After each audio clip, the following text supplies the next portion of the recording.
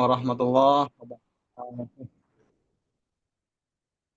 Baik teman-teman, izinkan saya selaku kelompok 6 ingin menyampaikan terkait presentasi dalam poin materi teknik pengumpulan data dalam penelitian kualitatif yang alhamdulillah dia beranggotakan 3 orang. Yang pertama Ihsan Fahmi, kedua saya sendiri Fathan Mubarok, yang ketiga Pak Tohari, yang kebetulan Kang Ihsan Fahmi dan Tohari sedang ada halangan kegiatan yang mengharuskan untuk izin, jadi mungkin saya sendiri yang menyampaikan presentasi.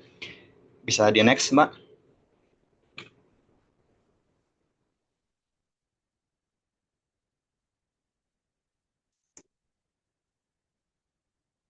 Oke, pengertian observasi.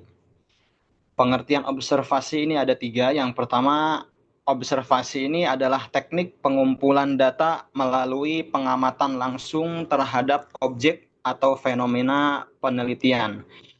2, dilakukan untuk memperoleh data yang nyata dan mendalam. 3, peneliti mengamati perilaku, aktivitas, situasi, dan interaksi sosial di lapangan. Observasi membantu peneliti memahami keadaan secara langsung. Oke, baik. Jadi di pengertian ini seperti yang tadi dibacakan ya, observasi itu adalah teknik pengumpulan data yang dilakukan dengan cara mengamati langsung objek atau fenomena yang diteliti. Jadi dalam penelitian kualitatif ini, observasi digunakan untuk memahami perilaku, aktivitas, interaksi sosial, dan kondisi lingkungan secara nyata. Nah, jadi melalui observasi ini, si peneliti tidak hanya sekedar mendengar informasi hanya dari responden. Itu. Jadi, si peneliti juga bisa memahami atau melihat langsung lah bagaimana situasi sebenarnya pada lapangan tersebut. Jadi makanya data observasi ini sering dianggap lebih alami atau mendalam karena ya si peneliti itu dia memahami langsung, melihat langsung pada lapangan tersebut, ya langsung terjun ke lapangan. Jadi dia benar-benar paham dan benar-benar melihat dengan mata kepalanya sendiri. Oke, bisa di next lagi, Mbak. Observasi dalam penelitian kualitatif terdapat 5. Yang pertama bersifat alami atau natural, kedua dilakukan langsung di lapangan, ketiga fokus pada proses dan makna, keempat peneliti menjadi instrumen utama dalam penelitian, 5 data diperoleh melalui pengalaman langsung. Oke, jadi pada slide ini dalam penelitian kualitatif ya, observasi ini dilakukan secara alami ya dan natural tanpa banyak manipulasi ya, karena memang langsung ya, yang seperti dijelaskan tadi langsung dia melihat dan memahami di lapangan tersebut. Jadi si peneliti ini biasanya turun langsung ke lapangan dan berinteraksi dengan lingkungan penelitiannya itu sendiri. Observasi dalam penelitian kualitatif ini juga lebih fokus, mereka lebih memahami proses dan makna sosialnya dibandingkan penelitian sebelah gitu ya, penelitian kuantitatif ya, yang hanya angka atau statistik gitu. Nah, peneliti juga di kualitatif ini menjadi instrumen utama ya, karena peneliti sendiri yang mengamati ya, langsung dia orangnya yang mengamati, mencatat dan memahami data yang ditemukan. Tujuan utamanya apa? Tujuan utamanya itu memperoleh pemahaman yang mendalam terhadap fenomena sosial yang sedang diteliti. Oke, bisa next slide. Oke, masuk ke selanjutnya, tinjauan observasi. Ada 5 juga. Yang pertama, mengumpulkan data secara langsung. Kedua, mengetahui kondisi nyata di lapangan. 3, memahami perilaku subjek penelitian. 4, memahami data wawancara dan dokumentasi. 5, memperoleh data yang lebih mendalam dan akurat. Oke, seperti yang tadi dijelaskan ya, observasi kan memiliki beberapa tujuan penting yang tadi disebutkan. Jadi melalui observasi ini Melalui observasi dalam penelitian kualitatif ini, si peneliti bisa mengetahui apakah informasi yang disampaikan responden itu sesuai atau tidak dengan kondisi sebenarnya di lapangan. Itu melalui 5 poin tadi yang mengumpulkan data secara langsung lah. Yang kedua, mengetahui kondisinya di lapangan, memahami perilaku subjek, melengkapi dan wawancara dokumentasi langsung sama si peneliti ini, dan memperoleh data. Hasilnya datanya itu benar-benar natural, sehingga benar-benar si peneliti ini tahu dan paham apakah informasi ini benar, sesuai pada lapangan atau enggak nih, gitu. Oke, lanjut lagi ke slide selanjutnya. Slide selanjutnya. Ciri-ciri observasi kualitatif. Oke, ciri-ciri observasi kualitatif ini ada 5. Yang pertama, dilakukan pada situasi nyata. Nah, jadi observasi ini dalam penelitian kualitatif yang memiliki beberapa ciri khas ya. Yang pertama kan tadi dilakukan pada situasi nyata, bersifat fleksibel dan lebih mengutamakan kedalaman data dan fokus pada aktivitas serta interaksi sosial ya. Jadi peneliti ini biasanya tidak jauh atau tidak jauh, maaf. Jadi si peneliti ini biasanya tidak terlalu terikat aturan yang kaku ya. Ya karena si kondisi lapangan kan kadang-kadang bisa berubah sewaktu-waktu itu. Oleh karena itu kan si peneliti juga harus mampu menyesuaikan diri dengan lingkungan. Makanya yang ciri-ciri observasi kualitatif ini ada 5. Yang pertama, dilakukan pada situasi nyata, bersifat fleksibel ya karena tadi ya lapangan tuh kan kondisi lapangan penelitian itu bisa berubah-ubah, makanya harus bersifat fleksibel si peneliti ini.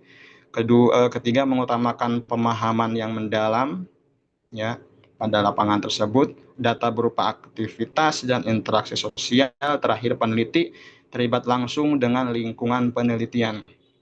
Oke, next slide. Jenis observasi. Jenis observasi ini dibagi menjadi beberapa jenis. Yang pertama ada observasi partisipatif, yaitu peneliti ikut terlibat dalam aktivitas subjek. Nah, yang kedua ini ada observasi non-partisipatif, atau si peneliti ini hanya mengamati tanpa ikut terlibat. Nah, jadi ada 2. Yang pertama ada observasi yang langsung ikut dalam aktivitasnya. Yang kedua tanpa ikut, dia nggak ikut terlibat. Ketiga, observasi terstruktur menggunakan pedoman observasi yang jelas. Yang kedua, observasi tidak terstruktur. Yang keempat ini dilakukan secara fleksibel ya, sesuai kondisi lapangan. Jadi ada 4 jenis-jenis observasi ini. Ya, next slide.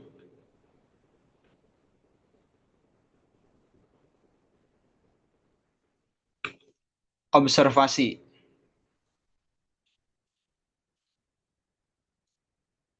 Oke. Di sana 2 ya, ada observasi partisipatif, yaitu peneliti ikut serta dalam kegiatan subjek penelitian.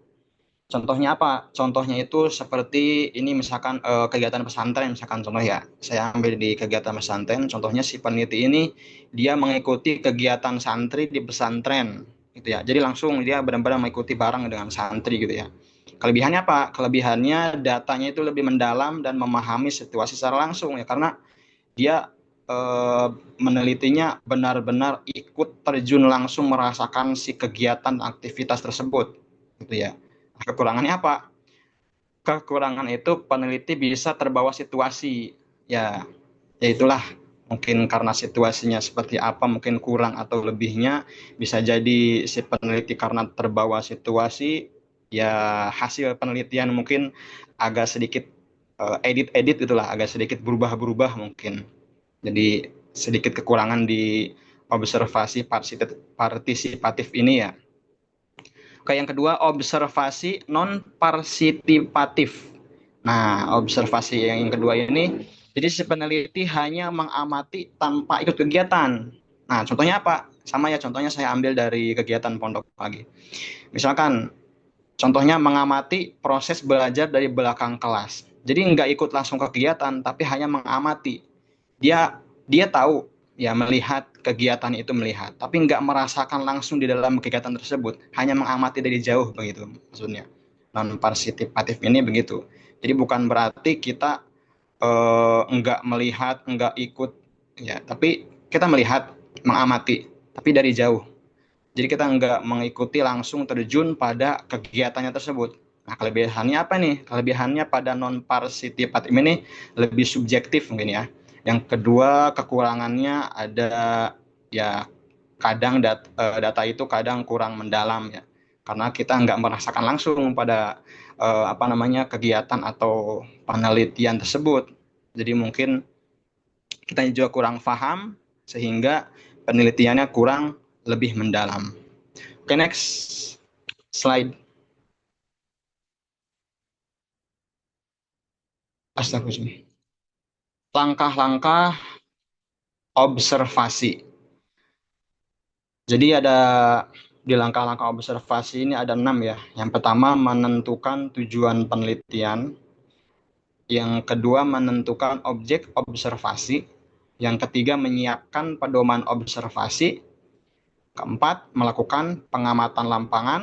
Yang kelima mencatat hasil observasi. Yang keenam menganalisis data hasil pengamatan.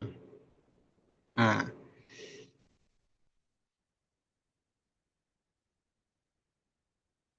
nah, jadi dari beberapa langkah-langkah ini ya, 6 ini, ya, yang pertama kan menentukan tujuan penelitian.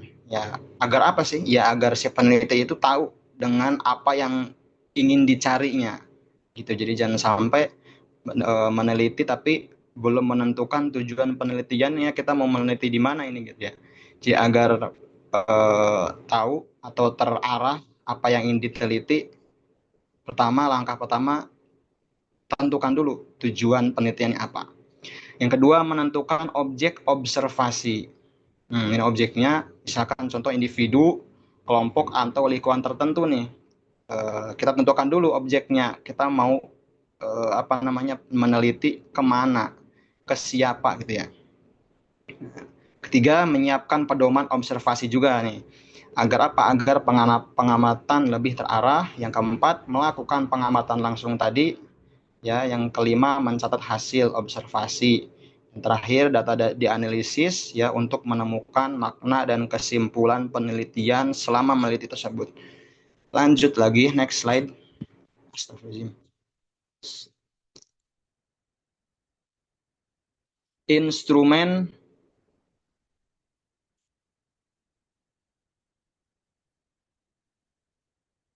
instrumen observasi.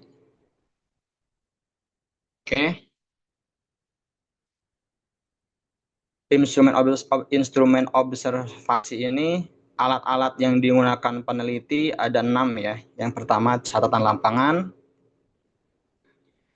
Ya, catatan lapangan ini untuk mencatat hasil pengamatan ya. Jadi jangan sampai kita meneliti tapi tidak ada catatan. Ya mungkin kalau zaman sekarang kan bisa lewat handphone mungkin ya ada catatan.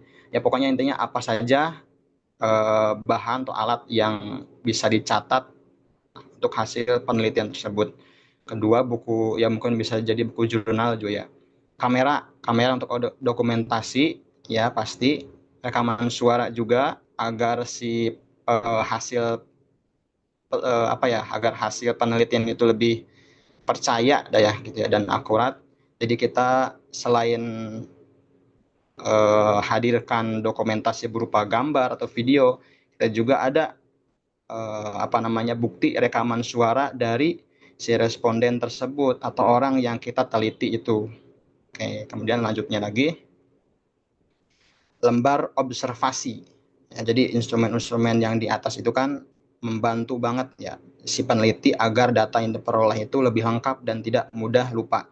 Jadi namanya harus ada ya, dari catatan, buku jurnal, kamera, rekaman suara, lembar, dokumentasi, harus ada 6 ini. Jadi kalau misalkan salah satu kurang atau salah satu tidak ada, jadi misalkan meneliti hanya rekaman suaranya aja, nggak ada dokumen fotonya, ya mungkin jadi kurang kuat aja gitu ya.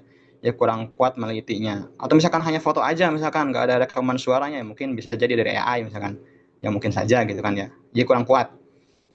Jadi atau bahkan mungkin hanya hasil catatan saja, misalkan oh rekaman nggak ada, dokumentasi juga nggak ada misalkan, wah itu lebih pincang lagi gitu ya. Jadi biar kuat hasil penelitiannya, yang keenam ini usahakan ada semua: catatan, buku, kamera, rekaman suara, lembar, dokumentasi, foto, video. Lebih bagusnya foto video ada semua.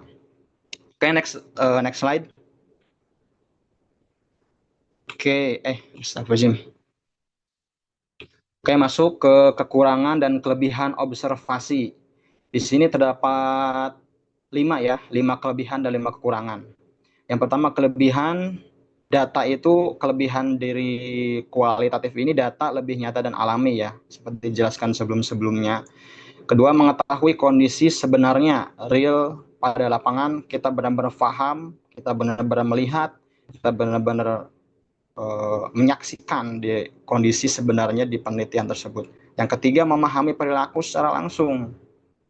Yang keempat, mendapatkan data mendalam.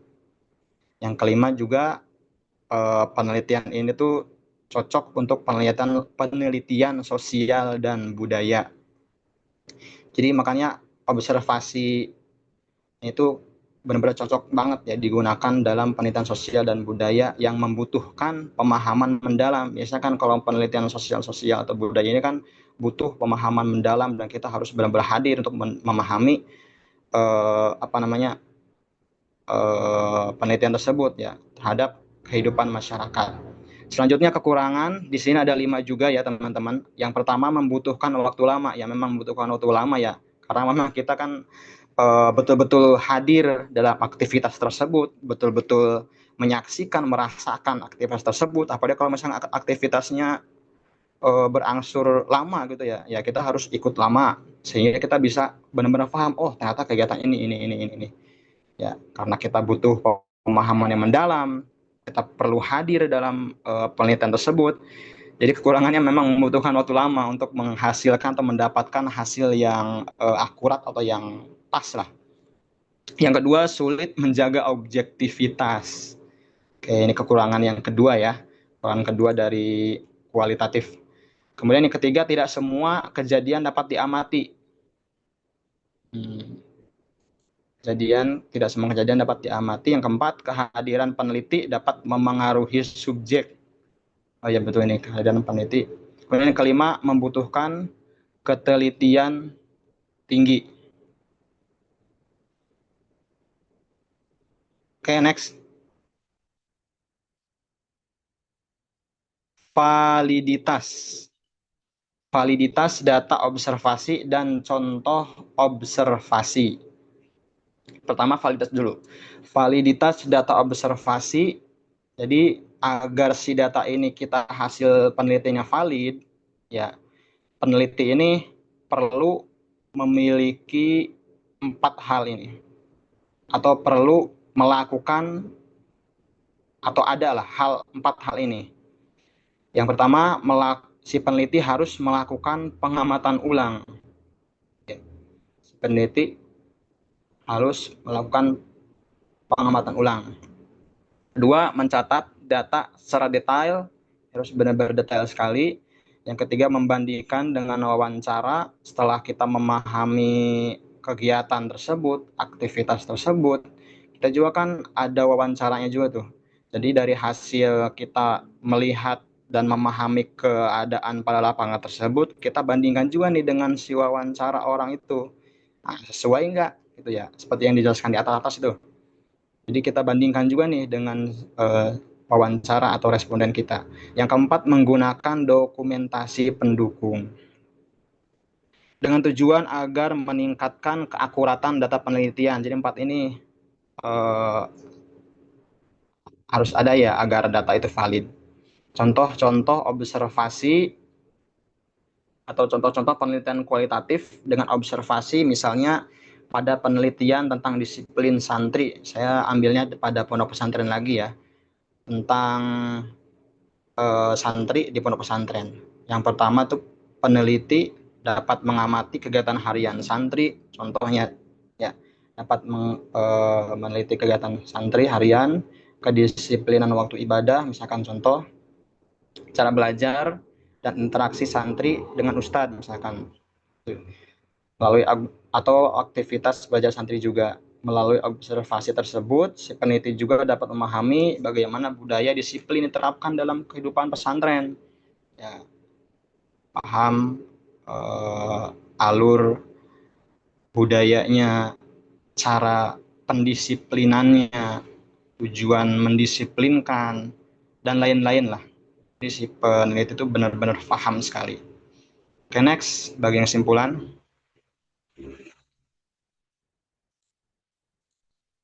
Ini mungkin terakhir ya. Kesimpulannya, observasi ini adalah teknik pengumpulan data yang dilakukan dengan cara mengamati langsung fenomena yang diteliti ya. Dalam penelitian kualitatif ini, observasi digunakan untuk memahami kondisi sosial secara mendalam dan alami, ya, natural. Observasi juga membantu peneliti memperoleh data yang lebih nyata, real life pada lapangan tersebut, lengkap dan akurat sesuai dengan keadaan sebenarnya di lapangan. Oke, next slide. Oke, terima kasih teman-teman. Mari berdiskusi sama-sama. Penelitian yang baik lahir dari pengamatan yang mendalam. Silahkan teman-teman, barangkali ada yang mau ditanyakan, barangkali ada yang mau didiskusikan. Silahkan diutarakan. Insya Allah saya jawab semampunya, sepemahaman saya. Insya Allah. Silahkan teman-teman. Pak Dadan, barangkali mau bertanya lagi Pak Dadan. Silahkan. Oh ya, sebelumnya terima kasih Mbak Marfuah atas bantuannya.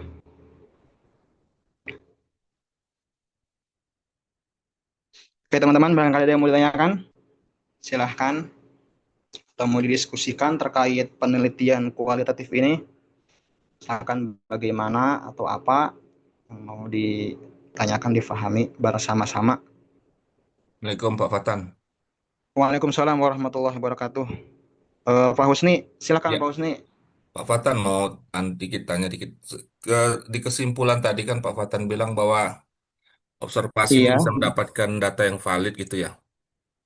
iya, Lebih iya. valid, lebih apa ya, lebih rigid. Tetapi di kekurangannya tadi tuh Pak Fatan sampaikan bahwa kekurangan observasi itu kalau kita datang hadir di dalam mendekati objek itu rentan sekali adanya objektivitas. Maksudnya tuh objektivitasnya tuh rentan untuk rusak ya.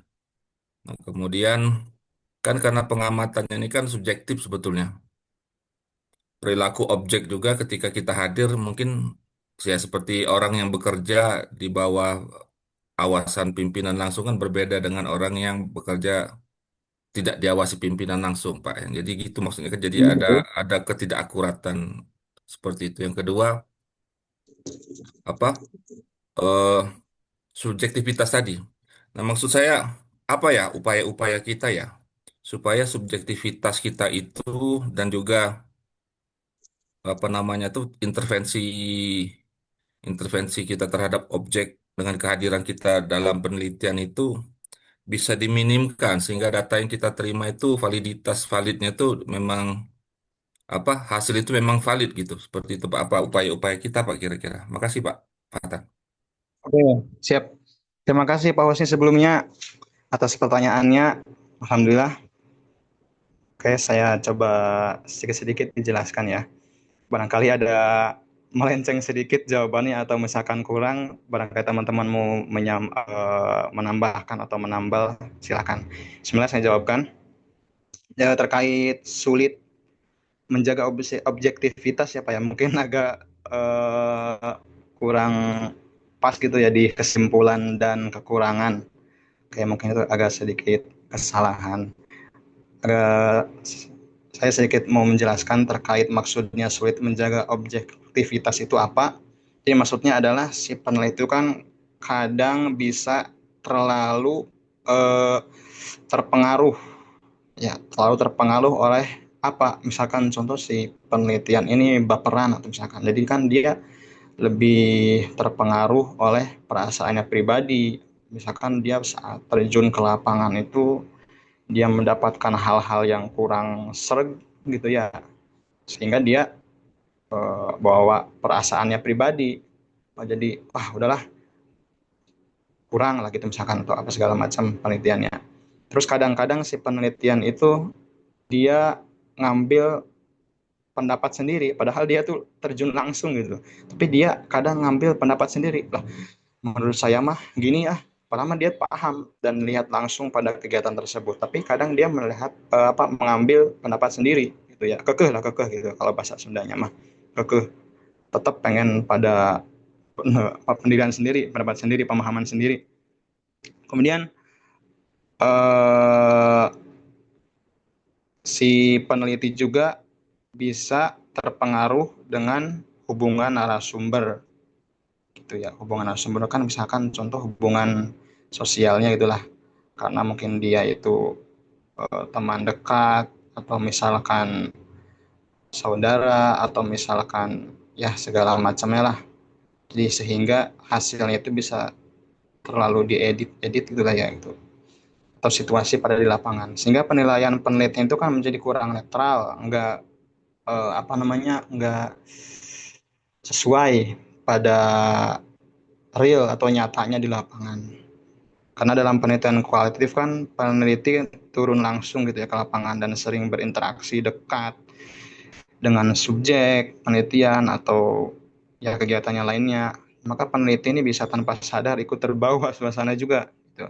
Kadang-kadang nggak sadar ikut terbawa suasana aktivitas tersebut atau memiliki pandangan tertentu. Misalkan contoh aja, contoh dari kejadian-kejadian, misalkan contoh peneliti ini meneliti kehidupan santri di pesantren, karena karena terlalu lama gitu misalkan ya bersama santri, sehingga si peneliti ini bisa jadi akrab, merasa simpati atau setuju dengan perilaku mereka ya, walaupun misalkan kurang atau bagaimananya gitu ya. Akibatnya si peneliti mungkin hanya melihat sisi baiknya, misalkan contoh karena kedekatan tadi dengan si santri itu atau merasa simpati lah gitu, sehingga dia hanya melihat si baik atau mengabaikan kekurangan-kekurangan pada hasil atau pada lapangan tersebut ya. Atau misalkan takut lah, misalkan takut menulis fakta yang sebenarnya, takut lah padahal mah di lapangan tuh buruk segala macam gini gini gini, tapi ada dia tuh teman saya, ada dia tuh misalkan saudara saya misalkan, jadi udahlah saya nggak tulis lah keburukannya, saya tulis baik-baiknya aja. Nah itu misalkan disebut sulit, itu maksudnya sulit, itu maksudnya yang disebut sulit menjaga objektivitas. Ya mungkin kurang sesuai di kesimpulan paling Pak ya. Mungkin tuh Pak yang saya pahami Pak. Barangkali Iya Pak Fatan, gimana? ada satu lagi pertanyaan yang belum yang mengenai kira-kira upaya apa ya untuk kita bisa menjaga netralitas independen kita ya, supaya jangan kena kena apa, kena subjektivitas yang rusak tadi, Pak Fatan. Oh, oke oke oke oke. Mungkin solusi atau upaya ya menjaga netralitas agar kita tetap eh, netral, tidak berat pada suatu pihak pada penelitian kita. Mungkin bisa upaya ini dilakukan yang pertama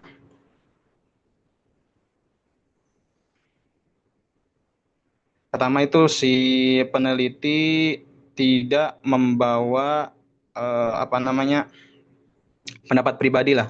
Jangan sampai membawa pendapat pribadi. Pokoknya maupun ada pendapat pribadi itu jangan sampai misalkan kita ada pendapat, oh saya misalkan gimana ya, ya walaupun intinya walaupun misalkan kita punya pendapat pribadi pada aktivitas tersebut, baikkah atau burukkah, pokoknya pendapat pribadi itu kita hilangkan, kita jauhkan lah, kita jauhkan.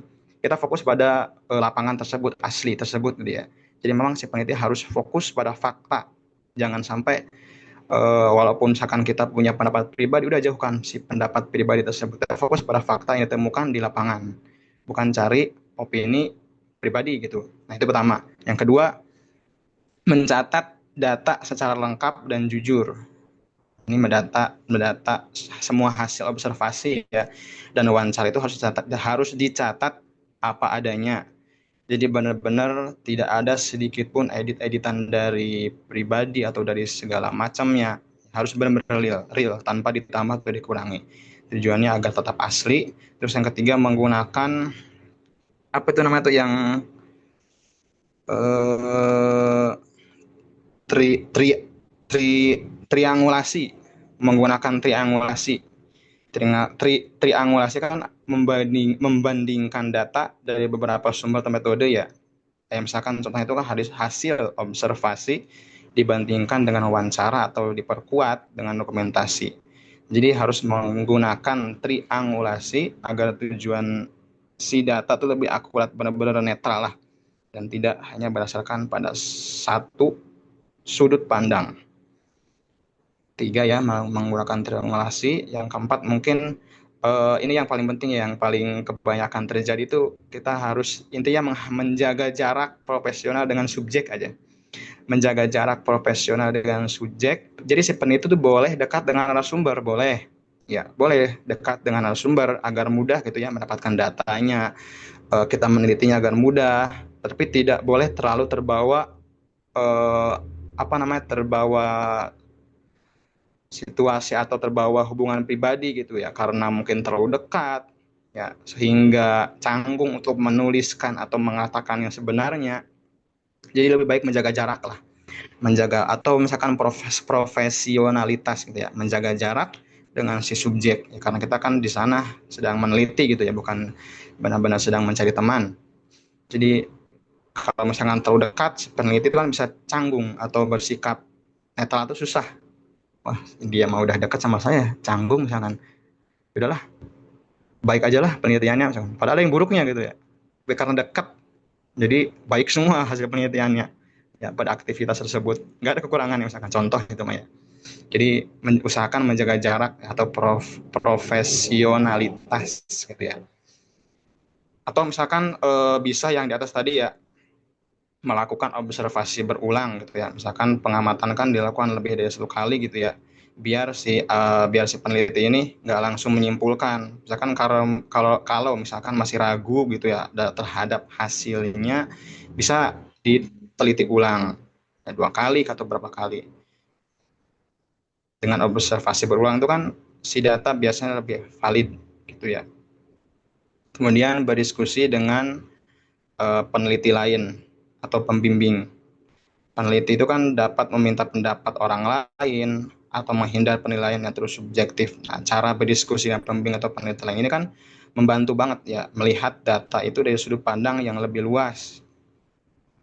Kemudian yang tujuh, lanjut lagi, fokus pada fakta lapangan. Udah, kita fokus aja pada astagfirullahaladzim. Fokus aja pada fakta lapangan gitu ya. Gak usah difokuskan untuk melihat kepada yang lain, hal yang lagi ya, atau yang kedekatan tadi ya dengan orang ya.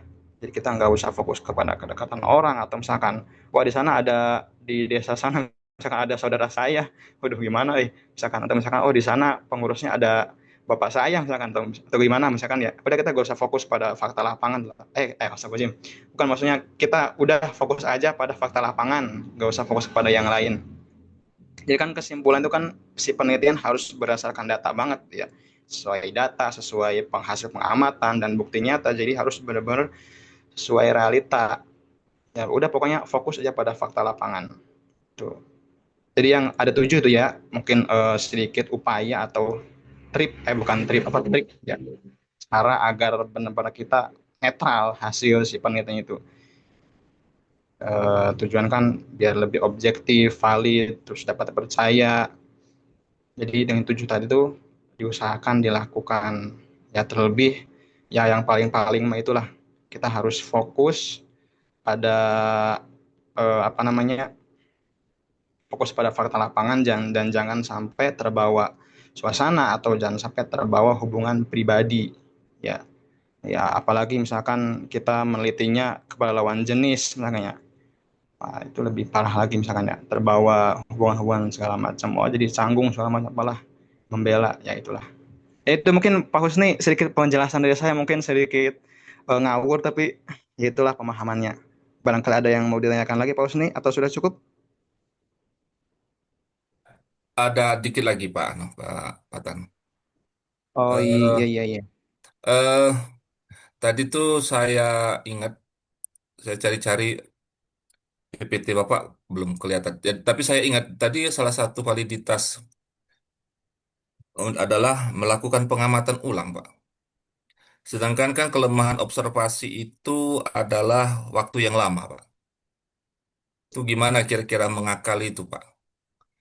Jadi salah satu untuk menguji validitas itu melakukan pengamatan ulang. Apakah kita pengamatannya hanya parsial? Karena observasi memang butuh waktu yang lama. Yang kedua, eh, kan kalau observasi itu kan kalau kita satu orang, kita tidak bisa melihat aspek lain, Pak. Jadi kalau Oke. ya kita hanya melihat satu aspek karena kita keterbatasan ruang waktu kita kan. Nah, untuk mengantisipasi itu juga gimana, Pak? Hmm, oke oke oke oke oke. Mungkin satu-satu dulu Pak ya. Satu-satu dulu itu kan dua pertanyaan, oke. Jadi pertanyaan Bapak kan di dalam apa itu validitas ya, di dalam validitas yang saya cantumkan dalam PPT itu melakukan pengamatan ulang gitu ya. Sedangkan penelitian itu membutuhkan waktu yang lama. Wah, gimana kalau misalkan kita apa namanya harus parsial gitu ya? Misalkan harus parsial atau gimana? Ya gimana ya? Ya tidak harus parsial sih Pak.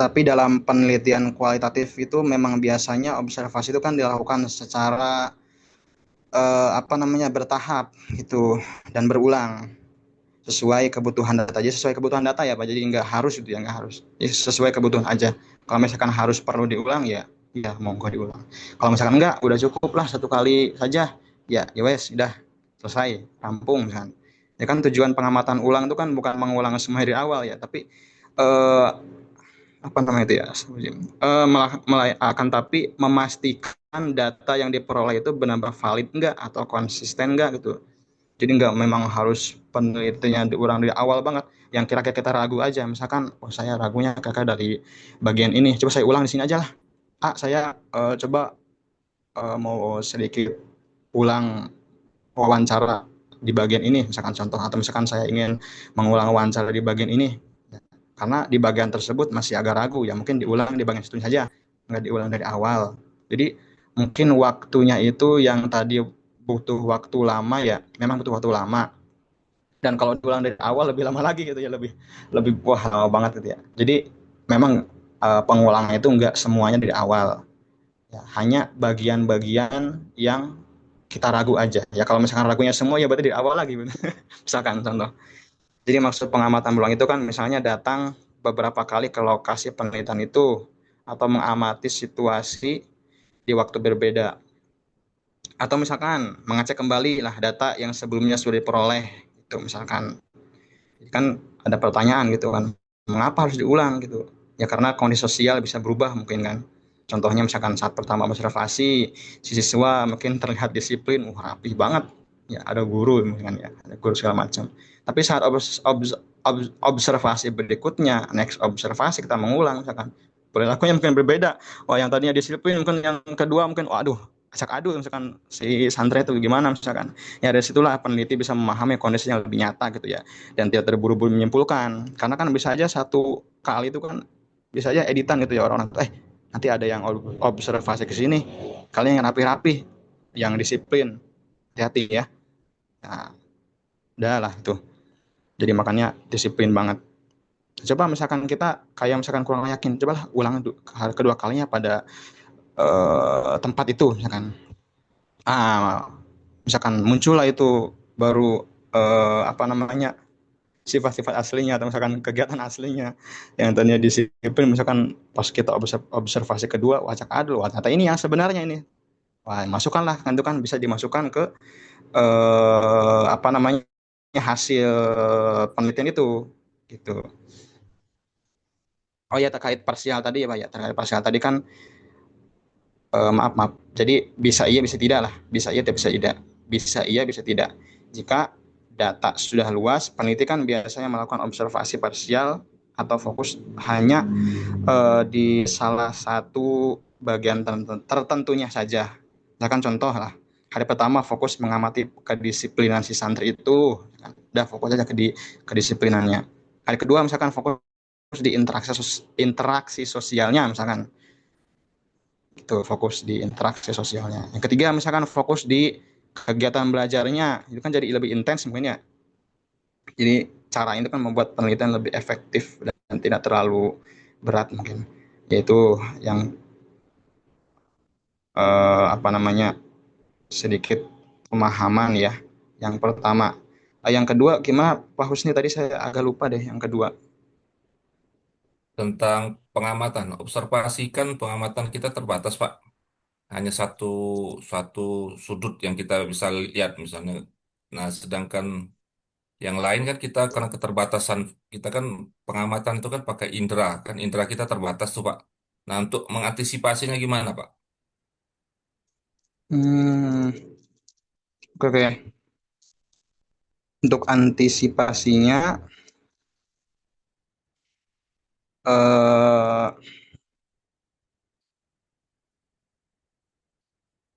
ada beberapa lah, mungkin ada beberapa upaya atau trik lagi gitu ya untuk mengantisipasi atau mengatasi lah keterbatasan pengamatan itu. Ya, karena kita kan di atas kan hanya satu narasumber ya, dan indera kita memang terbatas. Antisipasinya apa? Ya mungkin ya eh, salah satunya mungkin menggunakan apa itu? tri tringgu triang triangulasi. Nah, ini mungkin cara yang paling penting karena kan triangulasi berarti kan membandingkan data dari beberapa sumber atau metode atau berapa waktu observasi gitu ya. Yang kedua, ya observasi berulang itu ya untuk menghindari daripada apa namanya, keterbatasan yang kita itu ya. Yang ketiga, menggunakan dokumentasi mungkin. Ya, peneliti bisa memakai foto, video, arsip, segala macam ya, suara, catatan kegiatan atau dokumen lain untuk memperkuat hasil observasi dan wawancaranya itulah. Kemudian mungkin memilih narasumber yang tepat lah intinya. Jadi walaupun kita ada satu narasumber, tapi kita kalau tepat itu kan benar-benar kita kan bisa benar-benar memahami masalah penelitian. Jadi dalam penelitian kualitatif kan biasanya disebut informan apa namanya itu, informan kunci misalkan, yaitu orang yang paling mengetahui situasi yang diteliti gitu ya. Jadi kan kita tuh kalau mau mencari narasumber kan harus benar-benar kira-kira dia paham gak sih di situasinya, kira-kira dia tuh bisa benar-benar memahami saya nggak sih dalam penelitian ini. Kalau misalkan dia bisa nih, ini benar-benar bisa mengurangi apa namanya, mengurangi atau mengantisipasi kekurangan tadi. Satu tapi tepat, tapi kita juga benar-benar paham gitu ya, daripada satu kita asal-asal milih, wah kita juga kagak paham, waktu kebuang banyak, misalkan orang hanya bilang hanya ngomong kalau ini emang ngalor ngidul gitu ya, kanan ke kiri segala macam nggak ada arahnya, kita makin pusing gitu, nggak ada paham-pahamnya, sehingga kita nyari narasumber lain gitu ya, narasumber lain kurang lagi, narasumber lagi ini kurang lagi, ya makin lama lagi. Jadi di awal itu mungkin memilih narasumber yang tepat banget, yang memang dia tuh paham banget bukan kegiatan apa namanya, di lingkungan tersebut, di keadaan yang kita teliti tersebut. Satu, tapi udah tepat, kita paham gitu ya. Selanjutnya mungkin mendata ya, atau mendata lagi, mencatat data secara detail, atau selanjutnya lagi berdiskusi dengan pembimbing atau peneliti lain yang tadi lah ya. Ya itu Pak, mungkin ya mungkin lebih dititik beratkan lah, cari narasumber yang tepat sih menurut saya.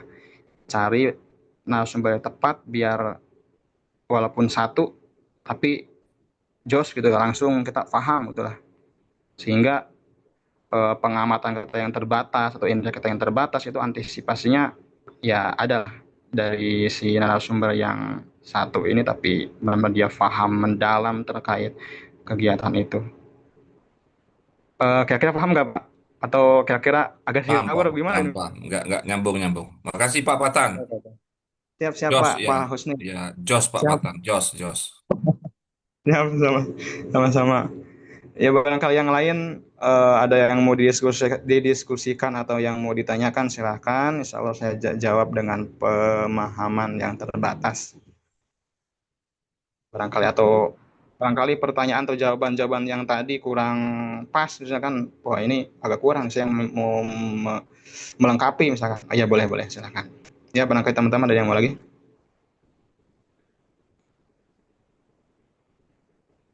Izin bertanya. Tadi kalau Pak Husni kan Pak ada Hendy. penginderaan yang tentu kalau indera itu kan terbatas, maka kalau saya sekarang bicara terkait tentang indera, karena begini. Karena kehadiran peneliti di Mm-mm. lapangan kan bisa mengubah ya terkait tentang perilaku subjek penelitian kita kan. Lalu bagaimana strategi yang dapat dilakukan agar yang diperoleh tetap menggambarkan keadaan yang sebenarnya? Karena tatkala peneliti itu yang melakukan observasi, contoh misal mas di sekolah, di lingkungan sekolah atau di lingkungan manapun yang objek atau subjek ingin kita Oh, teliti itu Pak kan Hendy, pasti terjadi perubahan itu, perubahan Pak perilaku Hendy, yang tidak seperti biasanya. Pak Hendy, boleh Ya, agak pelan sedikit, agak agak kurang menangkap. Coba oh diulang ya. dulu. Sebentar, Jadi sebentar. kehadiran peneliti di lapangan kan bisa Hmm? mengubah nih perilaku daripada subjek penelitian nih. Hmm? Ya misal satu sekolah kita teliti nih, ya kan tentu kan sekolah itu atau siswa di sekolah yang kita lakukan penelitian, tatkala datang peneliti itu kan berubah tuh perilakunya. Jadi kehadiran Oh peneliti iya di iya, lapangan itu kan, ya benar kan bisa merubah loh, ya terkait tentang iya subjek iya. Iya. dari, ya. Nah, bagaimana strategi yang dapat dilakukan agar dapat diperoleh tetap menggambarkan keadaan yang sebenarnya? Karena tadi kalau misal tadi kan ada guru siswa Hmm, itu berubah kan jadi tertib. Nah, sama saja kan iya iya kehadiran iya iya. peneliti itu akan merubah perilaku tuh. Dan agar tetap objektif datanya tuh bagaimana ya? Oke oke oke oke. Gimana ya? Ya, oke, terima kasih sebelumnya Pak Hendy atas pertanyaannya. Insya Allah saya jawab dengan pemahaman yang terbatas. Barangkali ada kekurangan bisa ditambal yang lain. Jadi kan emang betul ya, salah satu kelemahan observasi dalam penelitian kualitatif ini kan emang kehadiran peneliti itu kadang membuat objek tuh berubah sikap gitu, drastis banget. Karena memang merasa diamati gitu ya. Jadi canggung, udah fokus gitu ya. Disiplin semuanya. Jadi kan dalam metodologi penelitian yang ini juga kan sering disebut efek apa namanya itu, eh efek reaktif lah. Jadi ketika si peneliti datang ya perilaku subjek itu berubah karena sadar ya sedang diteliti atau sedang diawasi gitu sama si apa namanya si aduh apa namanya si peneliti gitu ya. Contohnya kan kayak tadi lah disebutkan di atas lah gitu lah. Siswa menjadi lebih disiplin lah karena tahu mau di apa namanya apa namanya mau di mau diteliti gitu ya. Ya mungkin sedikit trik mendapatkan kondisi yang tepat yang pas. Jadi kita pas meneliti itu benar-benar saat keadaan real, nggak benar-benar si siswa itu nggak ngada-ngada disiplin lah atau ngada-ngada benar gitu. Ya mungkin sedikit, ya, mungkin observasi ulang sih Pak, observasi ulang mungkin 2 kali lah minimal lah misalkan. Ya karena mungkin pertama kan ya emang kadang-kadang gitu ya, kadang-kadang eh, ya emang susah sih ya kalau satu kali agak susah mungkin ya. Jadi kalau satu kali itu kadang-kadang emang eh, si santri itu orang itu kan eh, fokus banget ya, kayak contohnya supervisi supervisi aja lah, kayak misalkan di saya ini kan saya sedang mengajar di apa namanya di lembaga tahsin nih sekarang tuh. Nah itu kan suatu saat kan ada supervisi dari si pusatnya, dan lembaga saya kan ini kan saya sedang mengajar di lembaga UMI lah, lembaga UMI. Oke, lembaga UMI. Jadi suatu saat itu 1 bulan sekali itu ada supervisi. Jadi si eh, supervisor dari UMI itu 1 bulan sekali memantau kegiatan efektif enggak nih di lembaga ini, pengajarannya sesuai apa nama kaidah-kaidah yang ditentukan atau enggak nih, atau keluar nih, atau malah bikin kaidah sendiri misalkan. Ya, 1 kali itu atau hari pertama itu mungkin kebanyakan lah, bukan dia bukan bukan jarang lagi ya, kebanyakan ya saya rasakan sendiri gitu ya. bahkan saya sendiri yang melakukannya gitu ya. Ya saat di supervisi itu ya jadi taat aja gitu lah, jadi taat tuh karena tahu mau di supervisi santai juga, jadi udah kamu dim, mau ada yang datang rapi-rapi. Nah, jadi biar apa namanya si orang ini benar-benar natural ya mungkin ya cara itulah melakukan observasi berulang. Tapi yang berulang ini kayak mungkin dadakan lah gitu, dadakan. Jadi biar kita tuh benar-benar ngelihat situasi aslinya. Halo, gimana? Terus lanjut karena tadi bocor mungkin. Oh Lanjut iya. Mas Fat. Atau mungkin eh aduh kok jadi buyar ya. Bentar, bentar. Tadi itu apa sih? Tadi itu melakukan observasi ulang ya. Ya itulah karena kan eh, hari pertama bisa jadi editan gitu ya. Hari kedua saat kita dadakan itu kan bisa jadi memang itu realnya gitu ya. Memang itu realnya. Itu pengalaman saya lah gitu ya.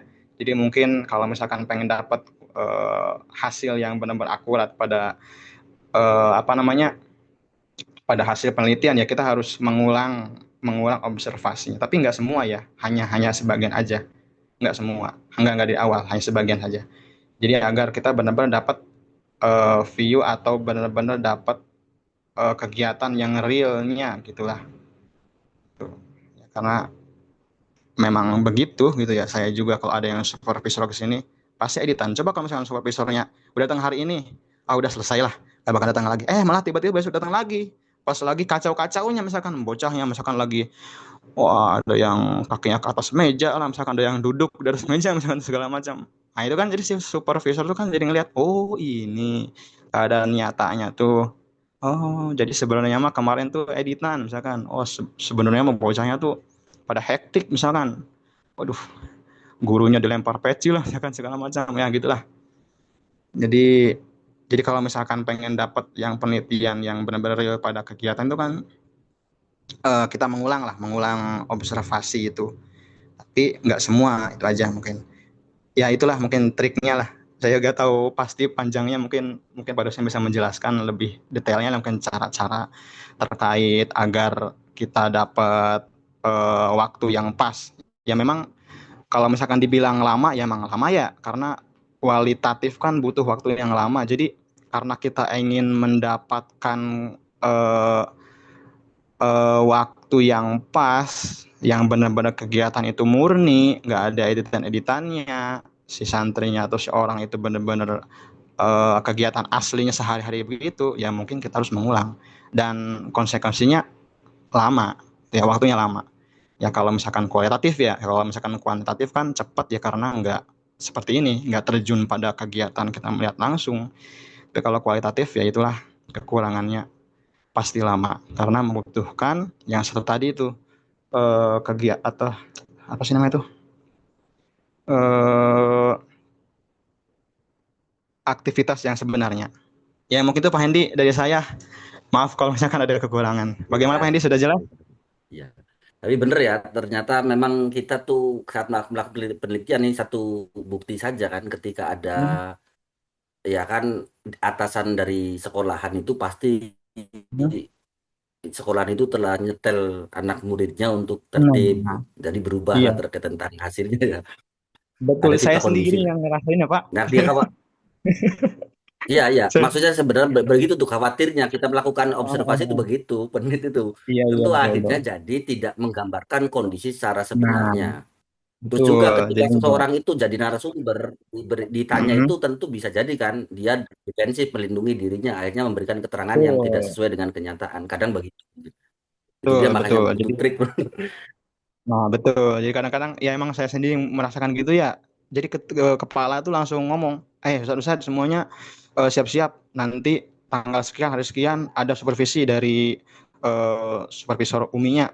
Waduh, ya otomatis kita kan siap-siap juga nih. Oh ya kepalanya siap-siap buat ditanyanya. Kitanya siap-siap kegiatannya harus benar-benar rapi, disiplin segala macam. Ya walaupun mungkin di tengah-tengahnya ada sedikit kesalahan ya mungkin sedikit mah nggak terlalu inilah. Kalau misalkan berat-berat banget kan terlalu jelek gitu ya. Jadi semuanya pada melindungi gitu ya, membentengi. Ya saya sendiri yang merasakan lah. Tapi coba kalau misalkan supervisornya datang 2 kali tiba-tiba, wah itu udah ketahuan tuh si apa namanya kegiatan aslinya, nah, gitu. Terima kasih Mas Fatak. Siap, sama-sama Pak Hendi. Terima kasih pertanyaannya dan maaf kalau misalkan kurang pas penjawabannya. Silakan teman-teman yang lain barangkali ada yang mau ditanyakan atau yang mau didiskusikan. Kalau nggak ada mungkin saya serahkan ke Pak dosen ya lebih lebih afdolnya atau lebih lengkapnya mungkin ya. Barangkali Pak dosen mau melengkapi Pak dosen terkait yang tadi Pak Hendi karena saya mungkin nggak terlalu kepikiran banget ya caranya gimana agar eh, kita tuh hadir di penelitian pas banget saat keadaan realnya gitu ya. Karena yang saya rasakan mau di lembaga sekarang atau lembaga sebelumnya ya editan semua gitu ya. Saat ada peneliti datang gitu, editan semua. Jadi barangkali Pak dosen menjelaskan atau melengkapi lebih jelas lagi terkait pertanyaan ini, ya alhamdulillah, Ahsan. Bagaimana Pak dosen? Mungkin teman-teman sudah ada tidak ada yang menanyakan, Silakan Pak dosen. Pak dosen.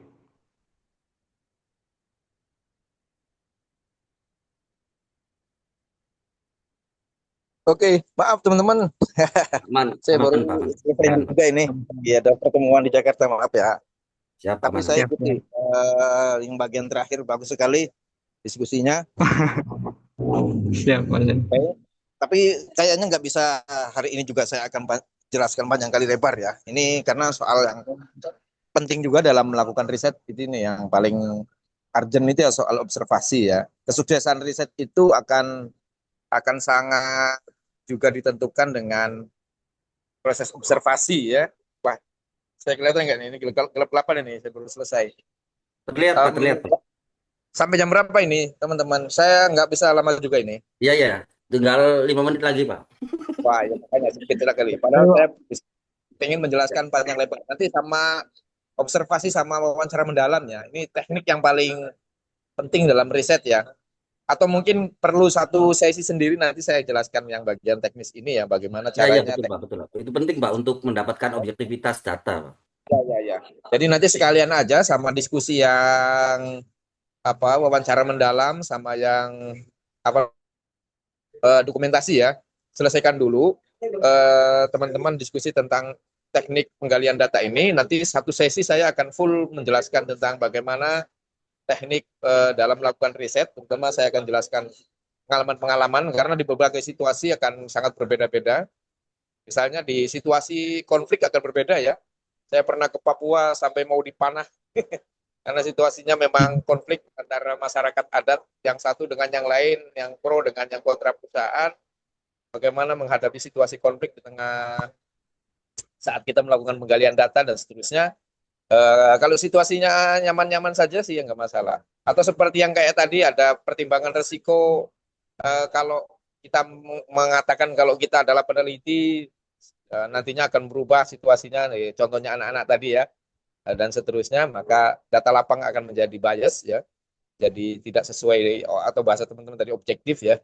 Kalau saya lebih ke bahasanya bias itu artinya tidak sesuai dengan kenyataan. Ya kalau soal objektif nggak objektif itu beda persoalan ya. Karena hampir tidak ada data yang objektif ya kalau penelitian kualitatif ya, ya mungkin diobjektivasi gitu ya, diobjektivasi bukan objektif ya. Objektif itu sesuatu yang sangat sakral, sulit kita mau mengatakan sesuatu objektif ya. Karena selalu akan ada perspektif. Mungkin akan lebih pas adalah interpretasi ya, objek yang diinterpretasi oleh si peneliti seperti apa. Karena apa yang disebut objektif itu sebenarnya misalnya kita katakan bahwa oh dia marah-marah, bisa jadi sebenarnya itu tidak situasi yang kita pahami saja, nyatanya dia nggak marah misalnya dan seterusnya. Ya isu objektif subjektif ini menjadi sangat penting dalam isu kualitatif ya, dalam riset kualitatif karena itu akan menentukan seberapa kualitas data yang bisa kita presentasikan atau bisa kita sampaikan. Jadi lebih baik mengatakan bias. Bias itu dalam artian kita menyampaikan sesuatu yang agak jauh melenceng dari kenyataan misalnya begitu. Itu karena kata objektif itu sudah sangat tendensius.